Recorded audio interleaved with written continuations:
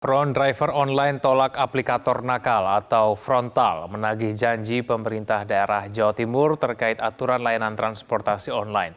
Perwakilan masa aksi ditemui oleh perwakilan Pemprov Jatim di kantor Gubernur Jawa Timur. Informasi selengkapnya akan disampaikan oleh Anwar Fuadi langsung dari Surabaya, Jawa Timur. Adi, seperti apa hasil audiensi masa frontal dengan Pemprov Jawa Timur pada siang hari ini? Ya Egan, setelah tadi menggelar long march sejak pukul 8 pagi dari Bundaran Waru dan kemudian bergerak ke sejumlah titik dan berakhir di kantor Gubernur Jawa Timur yang berada di Jalan Pahlawan Kota Surabaya. Ya memang ini ada sedikit perubahan, tadi awalnya mereka akan berkumpul dan berorasi di Gedung Negara Gerahadi, namun kemudian mereka diarahkan ke kantor Gubernur Jawa Timur di Jalan Pahlawan tempat saya melaporkan saat ini. Dan tepat pada pukul 13.50 waktu Indonesia Barat tadi, masa aksi dari frontal ini sudah mulai membubarkan diri. Hal ini dikarenakan mereka sudah mendapatkan kepastian dari pemerintah Provinsi Jawa Timur terkait dengan apa yang mereka suarakan dalam demonstrasi pada hari ini. Tadi sekitar pukul 13 waktu Indonesia Barat, perwakilan aksi ini diterima oleh perwakilan pemerintah Provinsi Jawa Timur. Dalam hal ini tadi diwakili oleh Asisten 2 Setda Provinsi Jawa Timur dan juga Kepala Dinas Perhubungan Provinsi Jawa Timur.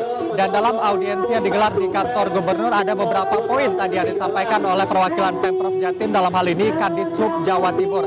Tadi disampaikan oleh Kadisub Jatim Nyono bahwa sebenarnya untuk SK Gubernur terkait dengan apa yang mereka suarakan dalam demonstrasi kali ini sudah ditandatangani oleh Gubernur Jawa Timur per tanggal 10 Juli 2023. Ada dua produk yang sudah ditandatangani, yaitu terkait dengan tarif angkutan khusus kendaraan roda 2 dan juga SK terkait dengan tarif layanan angkutan khusus kendaraan roda 4 yang memang disuarakan oleh para driver online yang tergabung dalam frontal ini. Tadi disampaikan oleh Nyono memang pada saat ini mereka baru melakukan sosialisasi dan akan segera meneruskan SK tersebut ke pemerintah daerah di 38 kabupaten kota yang ada di Provinsi Jawa Timur, sehingga aturan ini bisa diketahui oleh pemerintah di daerah sehingga bisa dilakukan penegakan aturan.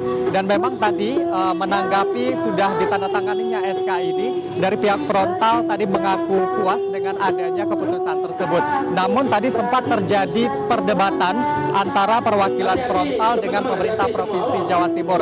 Hal ini dikarenakan pihak frontal ini masih ragu dengan adanya SK tersebut, karena mereka menganggap SK ini tidak cukup mengakomodir keinginan mereka agar adanya aturan tidak hanya untuk angkutan penumpang saja, namun juga aturan khusus terkait dengan antaran barang dan juga makanan, serta juga angkutan yang berkaitan dengan roda 4 yang mengangkut barang-barang begitu. Sehingga ini tadi sempat dipertanyakan juga oleh mereka, apakah kemudian aturan yang sudah diterbitkan oleh pemerintah Provinsi Jawa Timur ini bisa mengakomodir keseluruhan dari apa yang mereka tuntut.